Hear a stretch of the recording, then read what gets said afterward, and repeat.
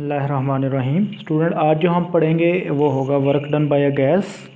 सबसे पहले कुछ साइन की कन्वेंशंस के बारे में देखेंगे।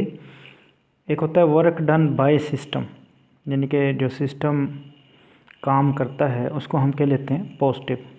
एक होता है work done on system, physics में उसको नेगेटिव लिया जाता है। इसी तरीके से अगर किसी सिस्टम में हीट ऐड हो या किसी सिस्टम को हम हीट दें या किसी सिस्टम में हीट जज़ब हो, जिसे हम एंडोथर्मिक प्रोसेस कहते हैं, फिज़िक्स में वो हीट क्या होती है, पॉजिटिव होती है।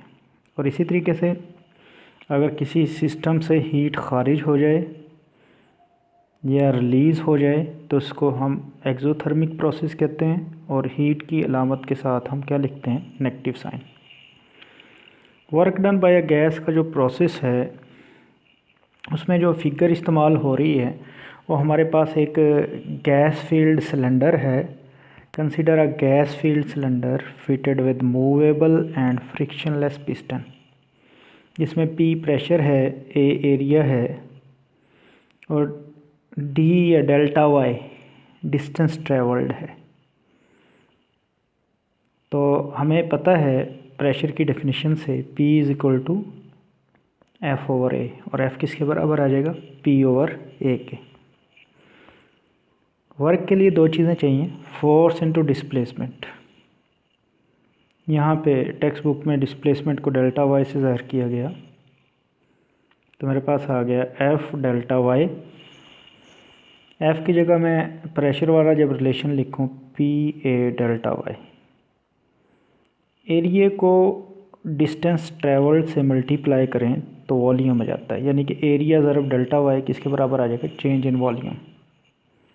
तो जहाँ पे A डेल्टा वाई था वहाँ पे डेल्टा V लिख देंगे। अब मोस्टली पूछा जाता है कि P डेल्टा V के यूनिट्स क्या हैं। बड़ी सिंपल सी बात है, वर्क किसके इक्वल है, P डेल्टा V के। तो वर्क के जो यूनिट होंगे वही यूनिट किसके होंगे, P डेल्टा V के। दूसरे लफ्ज़ों में P डेल्टा V के यूनिट्स क्या हैं, जूल्स हैं। हम डायरेक्ट बता सकते हैं क्योंकि इक्वेशन हमें पता है कि W is equal to P delta V। एक शॉर्ट क्वेश्चन है, a system undergo pressure volume as shown in figure, what will be the change in internal energy। अब अगर इस पे गौर किया जाए तो ये बॉयल्स लॉ है, product of pressure and volume remains constant when temperature is constant. और हमें पता है बॉयल लॉ में टेम्परेचर क्या होता है, कांस्टेंट होता है। टेम्परेचर डायरेक्टली प्रोपोर्शनल होता है एवरेज ट्रांसलेशनल किनेटिक एनर्जी के।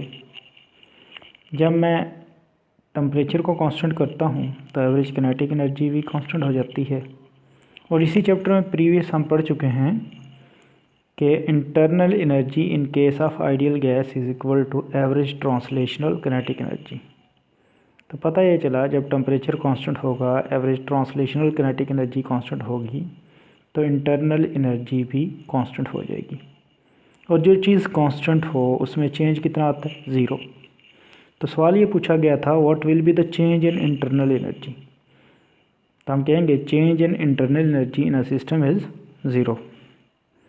The temperature of a system is measure of internal energy as temperature is constant. तो इंटरनल एनर्जी भी क्या हो गई, कांस्टेंट। और जब कोई चीज़ कांस्टेंट हो जाए तो उसमें चेंज नहीं आता। यहाँ पे जो ग्राफ शो किया गया है प्रेशर और वॉल्यूम का, अगर आप इस पर गौर करें तो प्रेशर क्या है, कांस्टेंट है, और वॉल्यूम V1 से V2 हो गया जिसे हम डेल्टा V कह रहे हैं। ऐसा अमल जिसमें प्रेशर कांस्टेंट हो उसे हम आइसोबैरिक प्रोसेस कहते हैं। तो ये कौन सा प्रोसेस है, आइसोबैरिक प्रोसेस।